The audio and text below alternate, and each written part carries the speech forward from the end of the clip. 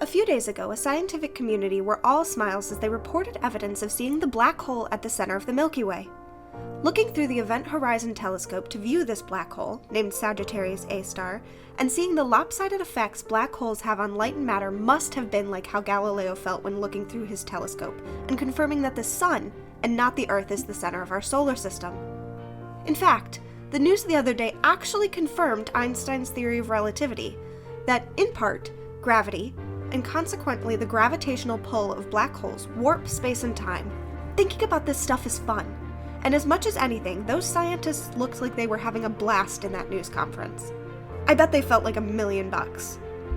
For me, though, the enjoyment I had reading about it was short-lived. Perhaps like the high-to-low Galileo experienced from viewing the heliocentric solar system to seeing the arresting guards approaching. The day after that news conference, there was another event to report on. This set of observers tallied an altogether different calculation: 1 million American deaths from COVID-19. It's a number almost as hard to wrap your head around as that of black holes in outer space. And just as scientists are answering how black holes warp time and space, we must answer why so many deaths happened here in the US. And just like Einstein's answer to relativity, we must account for our disproportionately high COVID death rate here, relatively speaking. This sorting out process, like for Galileo, is not without a politics to it. A dark politics, even. Our peer countries, nations like those in Europe, have not even remotely experienced the number of deaths in proportion to their population. So why? Conservatives have started to blame the Biden administration for the climbing death toll. Conservative Congressman Dan Crenshaw complained that the left's big metrics for success in COVID are case numbers and deaths.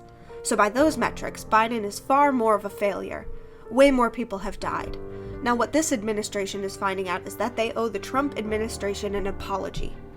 And conservative commentator Candace Owens, to Trump himself, lamented that more people have died under COVID under Joe Biden than under you.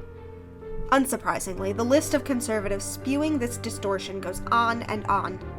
Black holes distort images of the universe we see through Hubble less than conservatives do the reality of things here on Earth. In 2020, Trump dismissed the earliest warnings about the virus, then spent his time downplaying the severity of it. And then the virus consumed the country like a black hole of sorts. 1 million deaths to date. In 2020, because of conservatives like Trump who either denied the existence altogether, at least initially, or continually minimized its threat, hundreds of thousands of Americans were totally caught off guard, a population left in the dark about what to do, and many of whom got sick and died. Our peer countries, they rallied together collectively as national communities, thus preventing in their countries the kind of human devastation America would have to endure. Then, another set of scientists developed and tested a safe vaccine.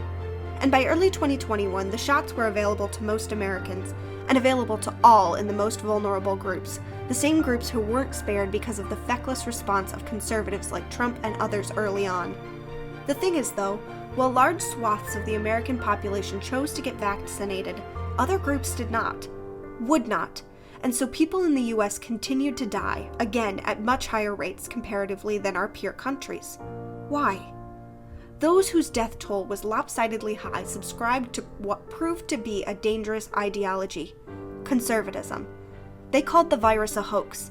They resisted in the name of a distorted sense of freedom, and they continued to die. Still do.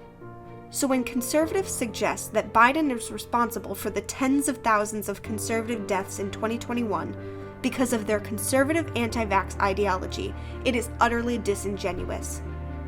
Conservative after conservative, including Republican elected officials and media personalities who died from COVID, omitted in their obituaries the real reason for their death: COVID nihilism.